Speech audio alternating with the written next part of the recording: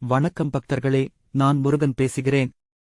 நீங்கள் கேட்கும் இந்த தைப்பூச திருவிழா எதற்கு முக்கியம் என்பதை நானே உங்களிடம் கூற விரும்புகிறேன். தைப்பூசம் என்கிறோம், என்னை உலகிற்கு கொண்டு வந்த நாளாகவே கொண்டாடப்படுகிறது. என் அம்மா பார்வதி தேவியின் அருளால் ஞானத்தின் அடையாளமாக சிவகங்கை எனும் வேல் எனக்குத் தரப்பட்டது. அந்த வேலின் மூலம் நான் சூரபத்மனை அழித்து உலகத்துக்கு அமைதியை மீட்டுத் தந்தேன்.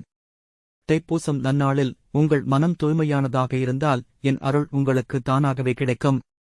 பூசைகளில் எனக்கு விருப்பமானவை உங்கள் மன உறுதி, தன்னடக்கம் மற்றும் சக மனிதரை நேசிப்பது.